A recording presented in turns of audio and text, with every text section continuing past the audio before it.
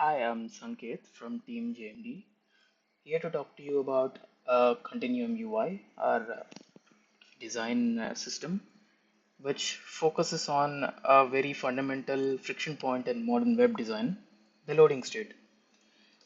We are going to walk you through why this current loading state screens are failing users and introduce a system that we built in that turns the waiting period into an engaging spatial experience.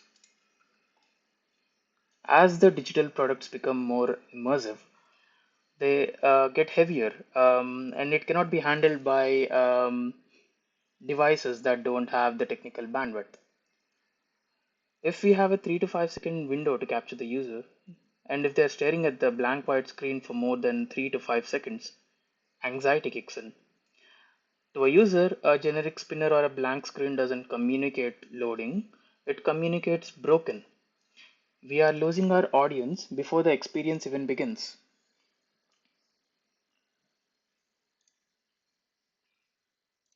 When we spoke to our users and designers, the frustration was unanimous. Take Jordan, our Gen Z persona. If there is no visual feedback, he immediately abandons the task. Or Alex, a UI designer persona, who feels helpless watching beautiful 3D work getting bottlenecked by lag or slow internet. What we found fascinating was the psychological response to the structure. 100% of our participants preferred seeing a wireframe over the blank screen, just like walking into an empty physical site and seeing just the steel scaffolding without the building. It gives them spatial context and it makes the wait feel shorter. Now there are existing solutions out there, skeleton screens, lazy loading, level of detail streaming, LOD streaming, but they all share the same blind spot. They focus purely on technical load times. They completely ignore the human-computer interaction element. They don't address how the user feels during the delay, which in 3D environments usually results in maybe jarring or glitchy texture pops.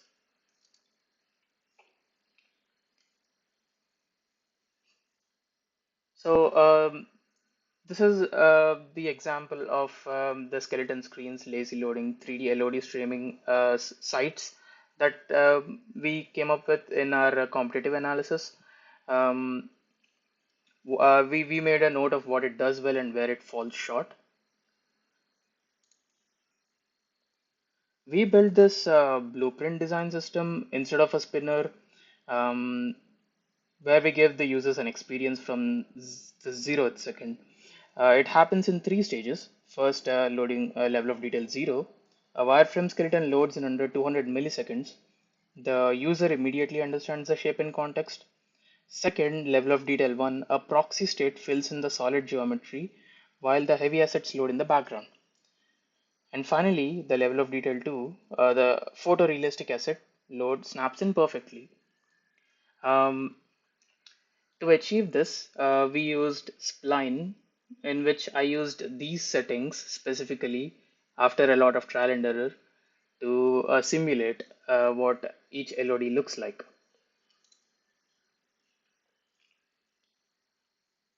As you can see in our JMD drink bottle over here, um, example, while the high fidelity bottle is loading, the user is already looking at the blueprint, moving their cursor, and engaging with spaces. The wait time is completely masked by interaction. These are the optimal design metrics and standards. We derived most of these metrics and standards from Apple. I found their Retina displays to be very fascinating given their very uncanny resolution and decided to dig deep. The stroke width that we decided that was optimal was less than or equal to 1 pt. Um, the blueprint triangles less than 5,000, proxy triangles 20,000 to 5,000, which results in about half a second to 1.5 second of loading time. The animation during should be no longer than 500 milliseconds. This is the transition. The transition time should be no longer than 400 milliseconds. and the exit transition should be no longer than 200 milliseconds. This is our journey. We used a framer for the site structure and spline for 3D elements mostly to simulate this effect.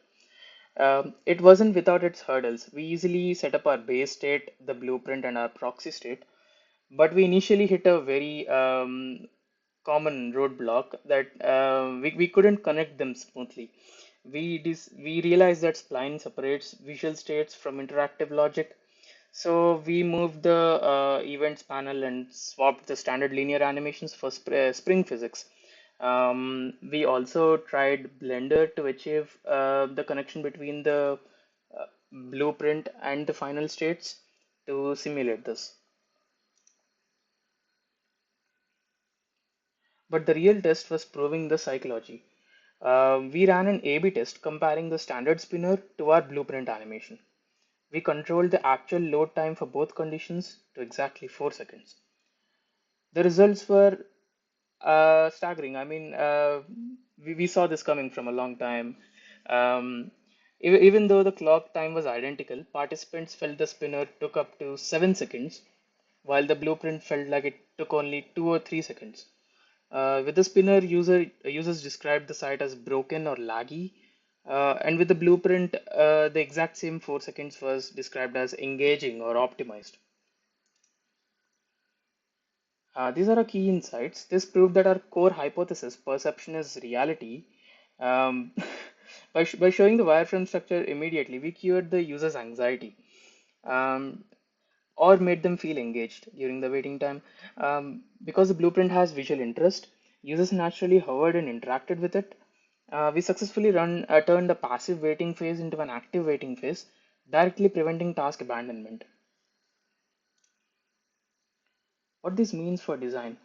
Uh, this means that a lot of conclusion that we got from our interviews directly points towards perceived reality is perceived experience is better than real experience. We now know that if the user sees any kind of feedback instead of staring at a blank screen, the anxiety drops. There is no user engagement with this anxiety drop, and in reality, designers want this to be implemented on a code level. That's which is why we came up with design metrics. Where it goes from here, we want to expand this component library to further cover more complex geometries like architecture and electronics. For designers, we envision building a Figma plugin or a Framer plugin that can auto-generate these blueprint states from 3D assets with one click. Finally, we need to go to a dive deeper into accessibility, ensuring our motion guideline support with vestibular sensitivities. Um,